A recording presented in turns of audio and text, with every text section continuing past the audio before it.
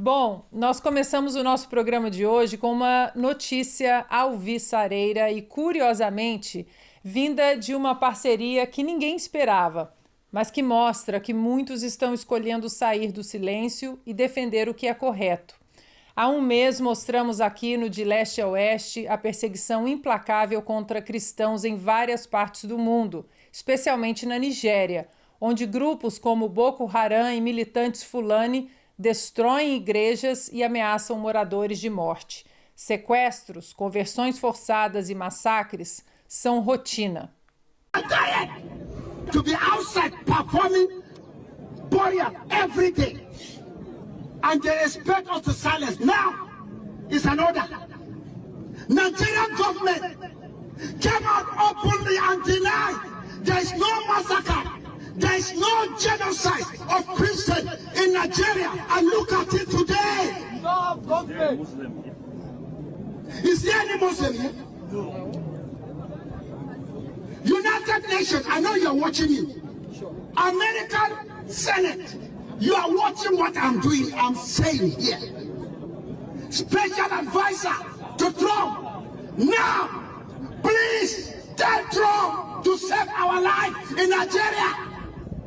They are killing Christians in Nigeria, massacre Christians. If they say they kill Muslims. Pois nesta quinta-feira, a cantora Nicki Minaj e o embaixador americano para a ONU, Michael Waltz, uniram suas vozes em um evento oficial das Nações Unidas para denunciar aquilo que boa parte do Ocidente insiste em ignorar: o massacre sistemático de cristãos na Nigéria. Segundo ONGs internacionais, a Nigéria é hoje o país onde mais cristãos são assassinados por ano, vítimas de grupos jihadistas, milícias étnicas e organizações terroristas que atuam com quase total impunidade. O embaixador Waltz foi direto ao dizer, aspas, o mundo fala de islamofobia, fala de racismo, mas evita pronunciar a palavra que realmente importa, cristofobia.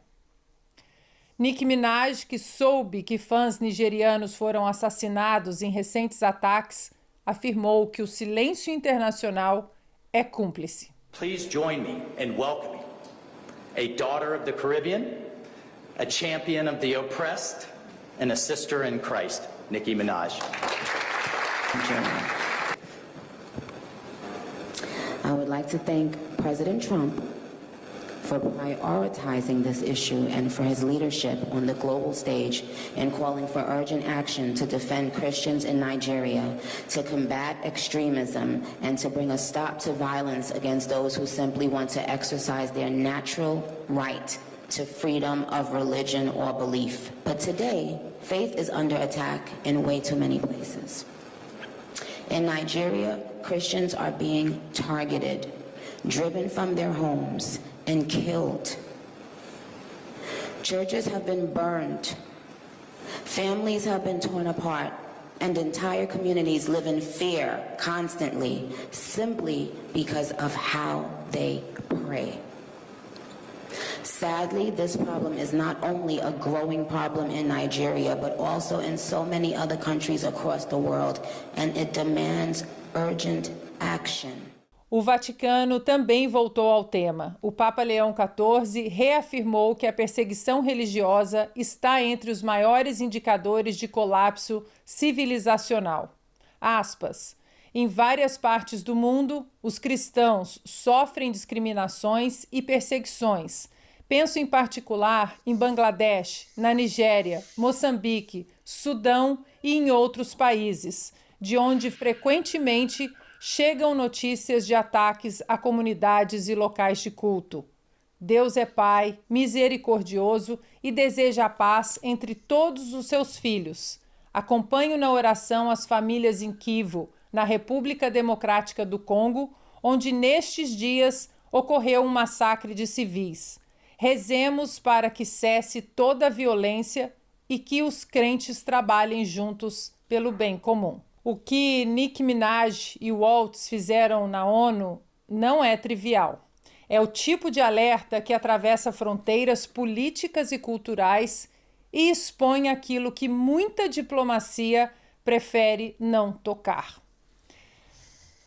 Vou começar com o nosso especialista em cristianismo, Bernardo Kister, um momento importante, né? Diante de todo o silêncio no Ocidente, de diplomatas e da própria ONU, a cantora Nicki Minaj, o embaixador para a ONU dos Estados Unidos, o Michael Waltz, nesta manifestação que fura a bolha do silêncio, né, Bernardo? Exatamente. Ana, veja, parece que o governo Trump e o Vaticano estão assistindo de leste a oeste, né? Eles estão em cima dos fatos que a gente vem tratando nos últimos programas, né? Com essas preocupações com a cristofobia. O interessante é que essa junção, né, do embaixador americano na ONU, né, o Waltz, né, e a Nicki Minaj trazendo isso para fora, né, esse problema que ninguém quer falar dos 35 cristãos que morreram todos os dias somente na Nigéria neste ano de 2025, que nós tratamos num programa especialmente sobre isso, mostra que, na verdade, toda esta ideia, este imagine, né, este país das maravilhas que eles estão pintando, do multiculturalismo, das instituições todas unidas, desta paz global, é uma falência, é uma farsa no final das contas. Ou seja, toda a tolerância ao Islã, toda a tolerância a esses movimentos políticos que destroem a cultura ocidental e cristã, né, e toda a censura. Não é nem que, vamos dizer assim, a ONU diretamente acaba incentivando essa perseguição Não, simplesmente o fato deles se calarem para essa perseguição já é um crime de omissão, ao meu ver. E o que o Trump está fazendo com a atriz é óbvio, o Trump maneja muito bem o marketing, né? E como captar a atenção das pessoas. O fato dele ter colocado a Nicki Minaj, que é uma cantora negra, né, muito famosa, muito ouvida nos Estados Unidos e no mundo inteiro, para poder falar e trazer esse assunto dentro da ONU, ele sabia que ele iria estourar a bolha e incomodar todo mundo. Eu já vi algumas matérias nos jornais brasileiros dizendo: cantora Nicki Minaj cede à agenda Trump, virou trumpista, não sei isso, porque ela está falando da cristofobia. Então você vai ver que eles não vão enquadrar o problema da cristofobia, eles vão tratar o problema como se fosse uma adesão da Nicki Minaj à agenda do MAGA, né? Ou seja, vamos dizer assim, denunciar a cristofobia é mostrar essa assimetria de tratamento das religiões e dessa falsa ideia de mundo multiculturalista que eles tanto propagam, que no final das contas acaba apenas dissolvendo o cristianismo no meio dos seus, vamos dizer assim, inimigos. Flávio, se a mensagem incomoda, mate o mensageiro, é isso? Exatamente, Ana. Aliás, tem uma coisa no jornalismo que todo jornalista adora dizer, que é: você viu antes aqui.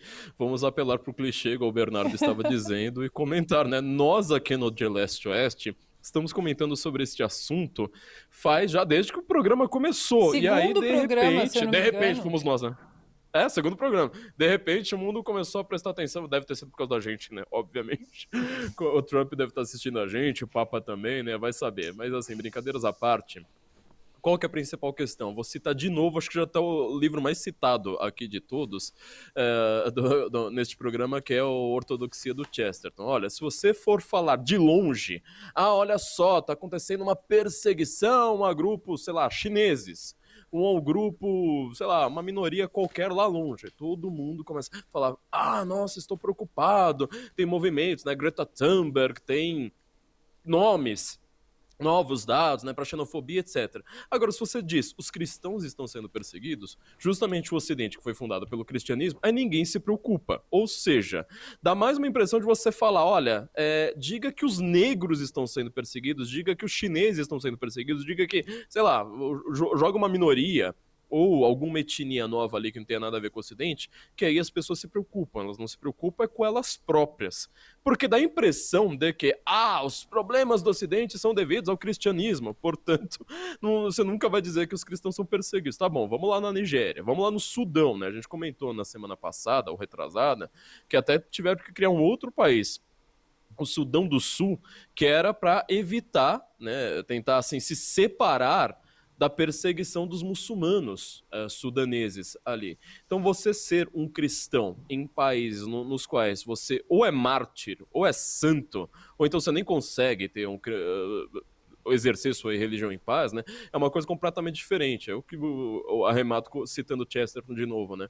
É como você imaginar que um chinês lá, sei lá, 3.000 anos atrás, na hora que ele estiver escrevendo alguma coisa numa árvore, ele vai estar escrevendo: não matarás, não roubarás. É exatamente isso que acontece. Ou seja, essa visão típica do Ocidente de autoquestionamento, ela é levada por grupos progressistas a um limite meio estranho. Nós questionamos o próprio cristianismo dentro de um país cristão, mas tenta questionar o próprio islamismo dentro de um país islâmico, né? A coisa vira um pouco diferente. Questionar o próprio Partido Comunista Chinês fazendo esse tipo de coisa dentro do Partido Comunista Chinês. Então, assim, todo o recado aqui dado, que o Bernardo falou muito bem também, é a consciência, é perceber. Fala assim, olha, mas espera aí, gente, é fácil você ser cristão, ou você ser ateu, ou você ser qualquer coisa, quando você mora em Nova York. Vamos tentar exercer o cristianismo ali na Nigéria, ali, sei lá, no Congo, na China. Aí a coisa muda de figura, né? E assim, Flávio, veja, você pode olhar o mundo inteiro, você nunca vai ver um país cristão, por razões cristãs, perseguindo outra religião. É sempre o contrário. Pois é.